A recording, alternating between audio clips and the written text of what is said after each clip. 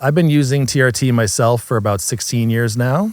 And between my own personal experience and treating close to 1,000 men with TRT as a physician, I have learned a lot about this that I was never taught in medical school.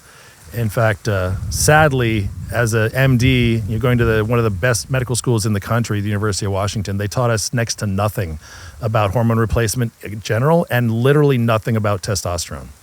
It was just a mystery. So I want to share with you some of my personal experience and the knowledge I've gained in the last 20 years of treating men with hormones and 16 years with myself and family members and close personal friends. The knowledge I've gained and the experience I have with this leads me to firmly believe that it's one of the most important health interventions that a doctor can offer men today, and men starting at age 16, honestly. So my name's Vincent, and I'm a MD.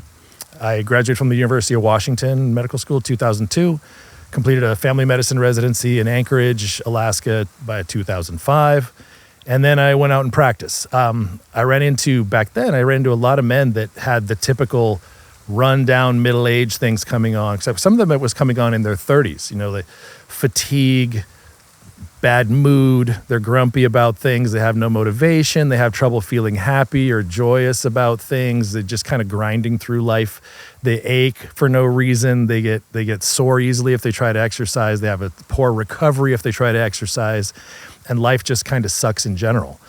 A lot of these men end up getting put on anti-cholesterol drugs, blood pressure drugs, antidepressants, sleeping pills, Viagra, and other erectile dysfunction pills. All these things they get put on, and I learned over time they can all be completely replaced by testosterone in most of these men. So my own story, I was about 35 years old. Right now I'm 51 as I sit here, so this is a while ago. And I didn't think I had any complaints. I didn't check my testosterone level because I had what I thought were problems. I just kept seeing men reasonably close to my age, most of them into their 40s, but some in their mid-30s that had all these complaints, and I would test their levels, and their testosterone levels were shockingly low for what I thought was normal. And so out of curiosity, one day I actually decided to test myself, and what I thought I was going to do was I was going to show these other men what a real man's testosterone level was, because I figured I must be normal. I didn't have any complaints. I was about 235 pounds, pretty low body fat, pretty fit. I'm about 240 right now, so I was very similar in build and size as I am right now at 35. I only needed about 6 hours of sleep. I was an incredibly productive person. I had 6 children. I'd been through medical school. I was writing a book. I had all this energy and life. So when I tested myself, I was really surprised that my initial total testosterone was about 347, I think, around 350. And at the time, the reference range that was posted on LabCorp, which was the most legit evidence-based reference range I could find, went from about 350 or in the 340s somewhere, right around where I was, up to about 1,200, 1197 specifically is where it cut. And that was the reference range then, which I could come back to later, because now the reference range has kept being lowered and lowered and lowered by the medical system in general. Every time they take a new data set, they find that men have lower and lower levels. And instead of saying, hey, we have a crisis on our hands, they just change the reference range. So it's like, if your football players are tired, just moving the goalposts closer and closer together, so now they just got to run 20 yards instead of 100. That's what they've done with testosterone levels on the reference range, instead of realizing that all men today have this problem of deficiency, or many men, maybe not all, and they would benefit from TRT. So when my level was that low, I started looking into it. In the usual research, you find like, oh, if you exercise more, it'll go up. Okay, if you take DHEA, maybe Tribulus terrestris. So I took some of those precursors and herbs, and I did the P90X workout for 12 weeks, which was really popular at the time. And then I retested myself, and my level had dropped even further to 211. That was my level when I retested. So another 130 some points down. So what it taught me was that the old dogma and the beliefs out there about this problem are not accurate, and maybe they never were, but they definitely aren't now. The reality is, if you are struggling to produce testosterone in your own body, if you exercise more and you just put more demand on your body, it doesn't go up. You're already making all you can. It just sucks it dry. And what I learned through that experience of working, trying to exercise more vigorously was I got tired. I developed new aches and pains and tendons that would hurt and joints that would ache. And I didn't really get any stronger. I didn't gain much muscle. I stayed about the same, but I wasn't any better for it. And my testosterone level actually went down. So then I decided, all right, I'll try testosterone. And I initially went on topical testosterone because I didn't want to do injections. Pretty typical feeling, right? Who wants to stick themselves with a needle if you don't have to?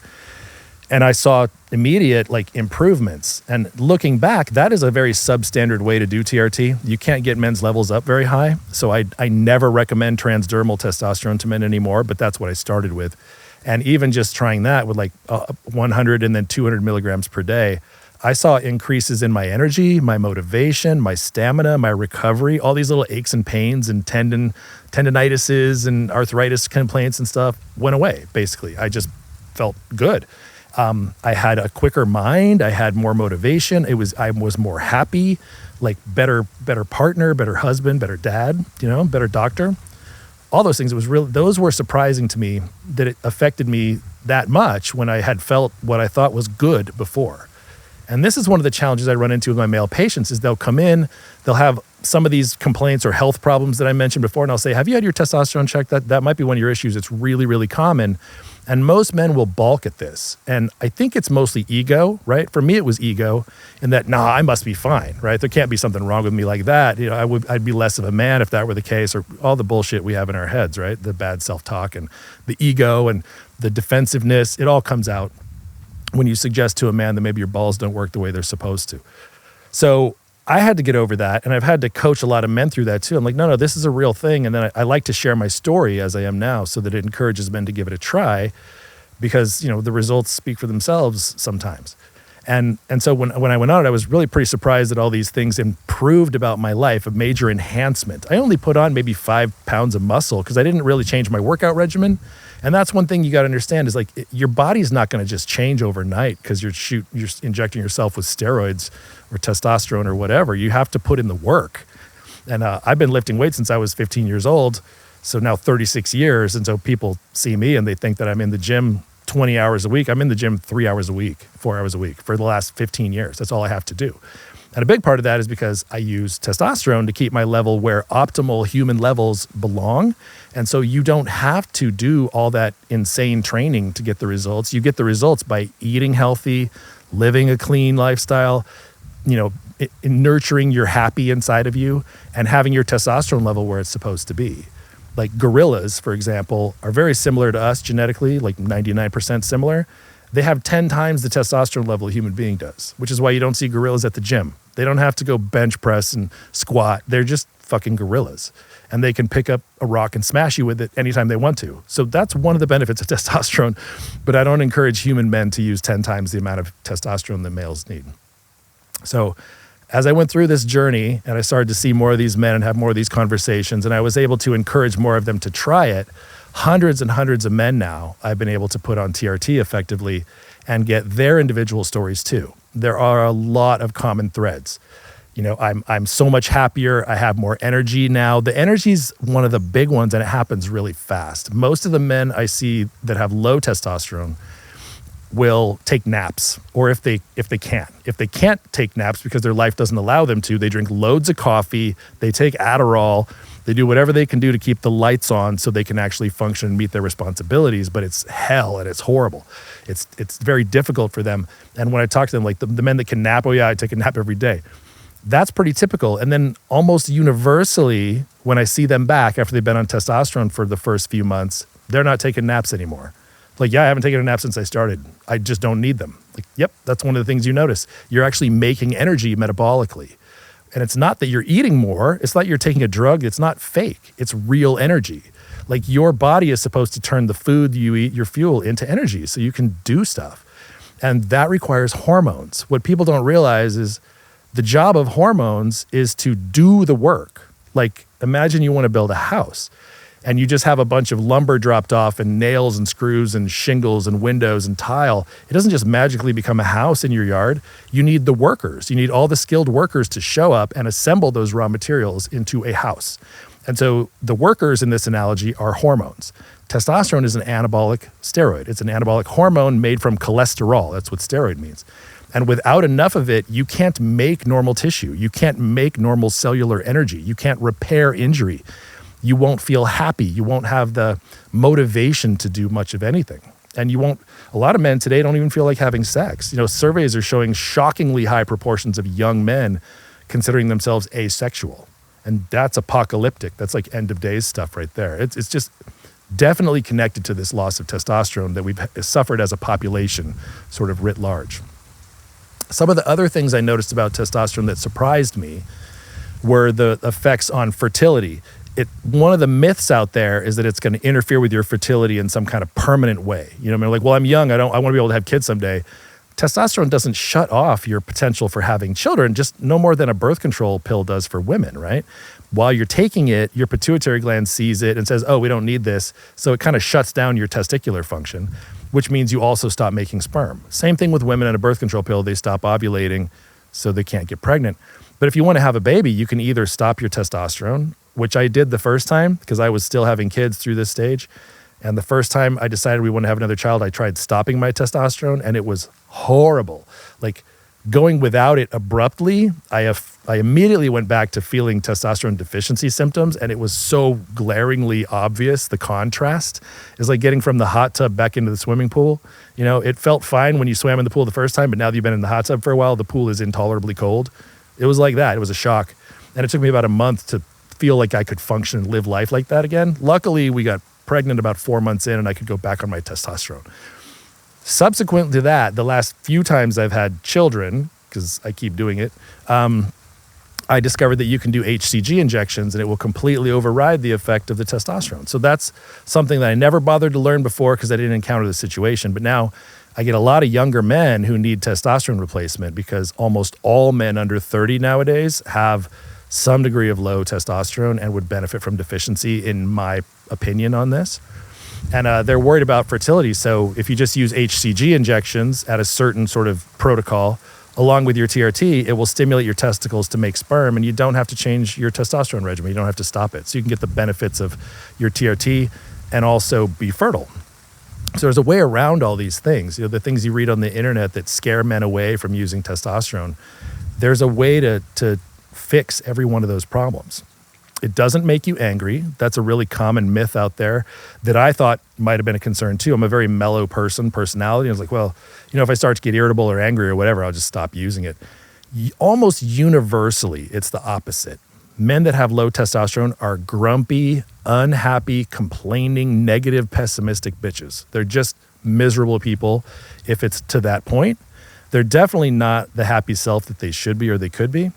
So the vast majority of men, when I put them on testosterone, one of the things they notice when they come back, besides I don't need naps anymore and I've got energy, motivation, is I am so much happier. I'm so much more content with life. Your life satisfaction, your sense of joy, the things you used to like to do that now didn't seem like they were worth doing anymore, you start doing again. That was probably the benefit that surprised me the most about putting men on TRT. I didn't notice it so much for me because I was already pretty happy, a pretty upbeat, positive guy. My wife calls me Optimist Prime. So that wasn't a deficiency that I had, but I've heard that story from hundreds and hundreds of men and their wives. And it's more believable from their wives for sure, because the wives are usually hesitant, like, well, I don't want to put him on TRT. He's already an asshole. I don't want that to get worse. He gets angry over nothing. And I'm like, just bear with me, just try it, you'll see. And they all come back going, oh my God, I had no idea that he could be so great. So it's a huge benefit to relationships for men too. The main reason why men have difficulty with their TRT, the biggest reason why it doesn't seem to work well for men, is because your estrogen goes high. So this is also something they don't teach anybody in medical school. You know a little bit about the biochemistry. Oh, testosterone and DHEA are male type androgenic hormones, and there's an enzyme called aromatase that turns them into estrogens. We learned that because there's a drug we use called anastrozole. There's another one called letrozole that we use to block that conversion. There's marketed for breast cancer patients, for women with breast cancer. So you decrease their estrogen and their breast cancer won't grow as much. So we all learned about that little bit of biochemistry. But I didn't realize how important that was going to be in using TRT for men, including myself. It's surprisingly common that men, when they use testosterone, their estrogen levels rise significantly higher than men are supposed to have. This is a big difference between men and women. Men shouldn't have estradiol and estrone levels adding up to be totaling more than 100, whereas women can be in the 300s, even 400s, and they feel and function fine a lot of the times. But if men go above 100, what happens to us is really weird. Some men just get really irritable and emotional and cranky, what happens to me, because I've had this happen and I didn't know what was going on, is I get really sentimental. Like it's a mood and emotional change, and you don't know whether you're going to be the angry, pissy, like irritable kind, or if you're going to cry every time you see a cat video kind. So I'm the cry at cat video kind of guy, but it was actually YouTube videos where I was watching singing auditions for like American Idol and The Voice and stuff. I found them so moving that I was just sitting there and crying. I'd watch the same one over and over and it would make me cry. And my wife's like, maybe you should go check your labs. Maybe your estrogen's too high. And I felt great. Otherwise, like, no, this is fine. It's totally moving. And she's like, yeah, no, that's weird. You should go get it checked. So I finally listened to my wife, which I highly recommend. And I managed to go to the lab and my estrogen level was like over 200. So I adjusted my estrogen blocker because I'd already been taking it for a while with this event. And I just got my estrogen back under control. And within like a week, I wasn't crying at YouTube videos anymore. And other men, I've seen the same thing over and over. Men will tell me that they tried using testosterone just from a buddy at the gym, common story, because they didn't want to see a doctor about it. Or they did see a doctor and the doctor blew them off and was like, nah, you don't really need that. It's a bad idea. Because most doctors, like I said, have no training at all, right? So the guy will try testosterone and they have this negative experience with it. And they're like, okay, that doesn't work for me. I'm not doing that. And I hear these stories from guys all the time. Like, well, your estrogen went too high. They had, water retention, maybe nipple soreness or sensitivity. It messes with their head is the most consistent thing. Because most men don't have breast tissue. So what every guy at the gym with the bro science believes is that, well, if your estrogen goes up, your nipples are going to hurt, your breasts are going to swell, and that's how you'll know. But that's actually a small percentage of men. Most men, even if their estrogen level goes really, really high, have no nipple or breast symptoms because they don't possess the breast tissue for that to stimulate. But what you do get is mental changes, the psychological changes, and that feeling of just wrongness that a lot of guys will have, or this weird, like overly sentimental, emotional kind of like, more womanly, feminine kind of attitude about things. And that's disconcerting to a lot of men. It wasn't disconcerting to me. I was just enjoying watching the videos and getting very emotionally moved. But they're all different. For a lot of men, they don't like that. So I will just tell them, man, okay, that was your experience first. When we put you on testosterone this time, we're just going to put you on an estrogen blocker, an aromatase inhibitor right out of the gate so that doesn't happen. And what I've found is I test every single man for their estrogen levels and another one called DHT, dihydrotestosterone. And those are the metabolites that cause all the problems. Testosterone itself really doesn't cause any negative effects that I can point to as authentic direct effects of testosterone. All the negative things men get come from either estrogen going too high, which is by far the most common, or DHT, dihydrotestosterone, going too high, which makes your hair fall out, go male pattern baldness, and can cause acne, things like that. That's about it for that. Prostate enlargement, sorry. So enlargement of the prostate is something you can get from both estrogen and DHT. And so these are long-term things that men shouldn't have to deal with. So if you're going to start on testosterone, 3 or 4 weeks after you start your regimen, check your estrone level, your estradiol level, and your dihydrotestosterone level. And then you can use the medications that are available to dial those in and get them within the acceptable ranges. And everything's great. And once you find the right dose for men for the testosterone and for those metabolite controllers, you can pretty much set it and forget it unless something dramatically changes with their chemistry and it shifts those things.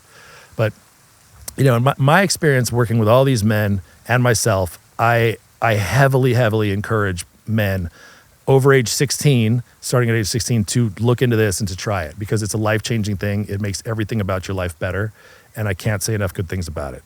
The last thing I'll say is that there's a crisis in our culture right now of young men who have low testosterone. And so I highly encourage testing every 16-year-old male. Starting at 16, not really younger, because if they haven't really hit puberty full on yet, they would not have expected the testosterone surge to occur. And you'll check them and they're low, and maybe that's normal. Maybe they just balls haven't dropped yet, basically. So if you wait till they're 16, every guy, they're getting some hair, they got a deeper voice, they're super awkward, whatever. They start waking up with erections, hopefully, things like that. Then you should be able to test them.